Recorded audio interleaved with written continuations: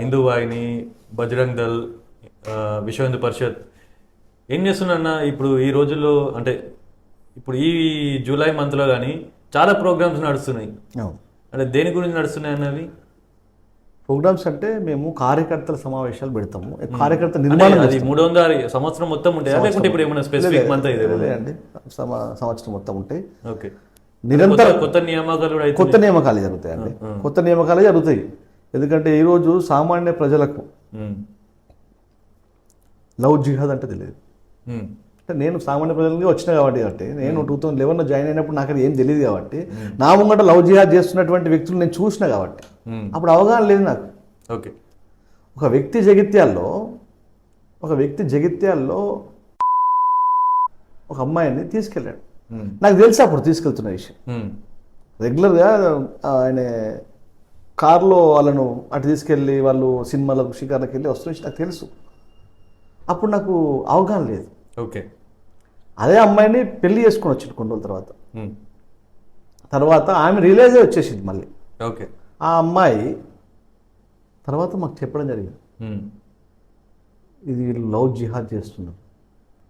జిహాద్ పేరు మీద వీళ్ళందరూ హిందువుల అమ్మాయిల్ని పెళ్లి చేసుకొని వీళ్ళు 2 పిల్లల్ని కన్న తర్వాత మళ్ళీ ఇంకో పెళ్లి చేసుకోవడం ఇంకా జరుగుతుందని చెప్పి అమ్మాయి చెప్పడం జరిగింది. తర్వాత నేను రియలైజ్, నాకు అప్పటి వరకు నాకు ఆర్గనైజేషన్ టచ్ లేదు. తర్వాత ఆర్గనైజేషన్ పనిచేస్తున్నాక నాకు కుప్పలు జగిత్యాల్లో 10ల సంఖ్యలో నాకు ఈ కాంప్లైంట్స్ రావడం. ఇక తర్వాత ఈ హిందూ వాహిని ఆర్గనైజేషన్కి వచ్చిన తర్వాత 100ల సంఖ్యలో ఏదైతే కరీంనగర్, సిరిసిల్ల, జగిత్యాల అంటున్నాం ఈ ప్రాంతాల నుంచి వెళ్ళి 100ల సంఖ్యలో లవ్ జిహాద్ కేసులు. అంటే ఎంతమందిని మతం మార్చడానికి ప్రయత్నం చేస్తుంటారు, ఎంతమందిని లవ్ జిహాద్ పేరు మీద తీసుకువెళ్తున్నారు మాకు అర్థమవుతుంది. ఓకే, మత మార్పిడి జరుగుతుంది, విపరీతమైన మత మార్పిడి. ఇప్పటికి మీద కేసులు ఎన్ని అసలు? ఇప్పటి వరకు నా పైన 48 వరకు అయినాయి. 48 కేసులేనా?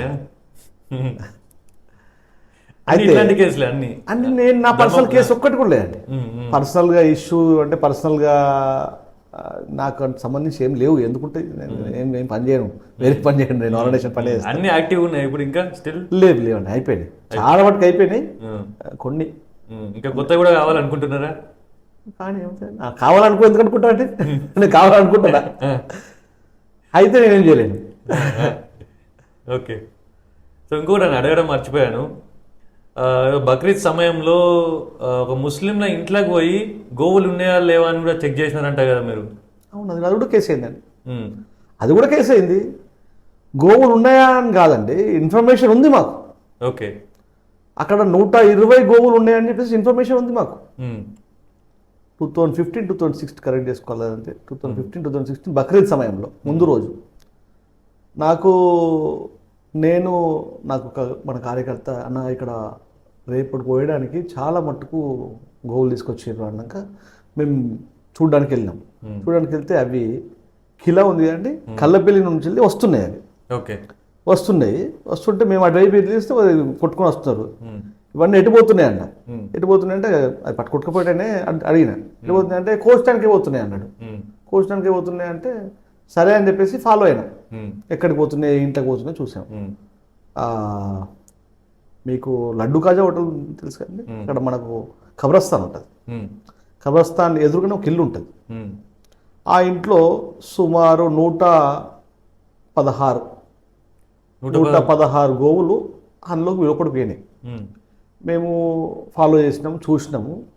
తర్వాత నేను మీడియా సాక్షి అంటే మీడియాని తీసుకొని పోలీస్ ఇన్ఫర్మేషన్ ఇచ్చి, అప్పుడు సిఐ గారు కర్ణాకర్ సార్ ఉండే, వారికి కూడా ఇన్ఫర్మేషన్ ఇచ్చి నేను లోపలికి పోవడం జరిగింది. ఓకే, ఇన్ఫర్మేషన్ ఇచ్చిపోయినా. అయితే విషయం ఏంటంటే వచ్చినాక పోలేదు, ఇన్ఫర్మేషన్ ఇచ్చి మీడియా ఉండే నాతోటి మీడియాకు చెప్పి, ఎందుకంటే ఉండాలి కదా, సాక్ష్యం ఉండాలని చెప్పేసి వారిని పట్టుకొని వెళ్ళడం జరిగింది.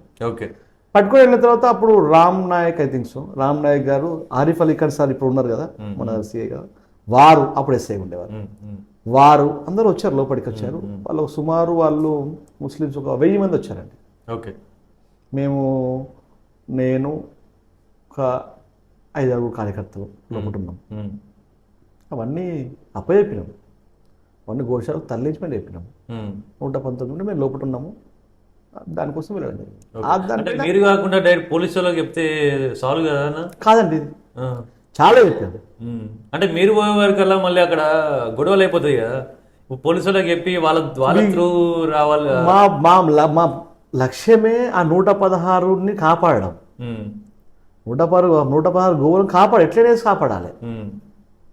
ఏం చేయాలి దానికి? ఇన్ఫర్మేషన్ మేము పోలీసు వాళ్ళకి ఇన్ఫర్మేషన్ ఇస్తే ఎప్పుడు కాలేదు, ఓకే, ఎప్పుడు కూడా రికవరీ కాలేదు. కాబట్టి ఇప్పుడు కూడా జరగదు. కంపల్సరీ పొద్దునైతే కట్ చేస్తారు వీటిని.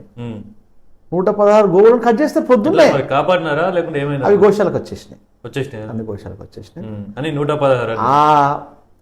ఆ దీవెన వల్లనే ఈరోజు ఇంకా ఆనందంగా సంతోషంగా నడుస్తుందండి ఆ జీవితం.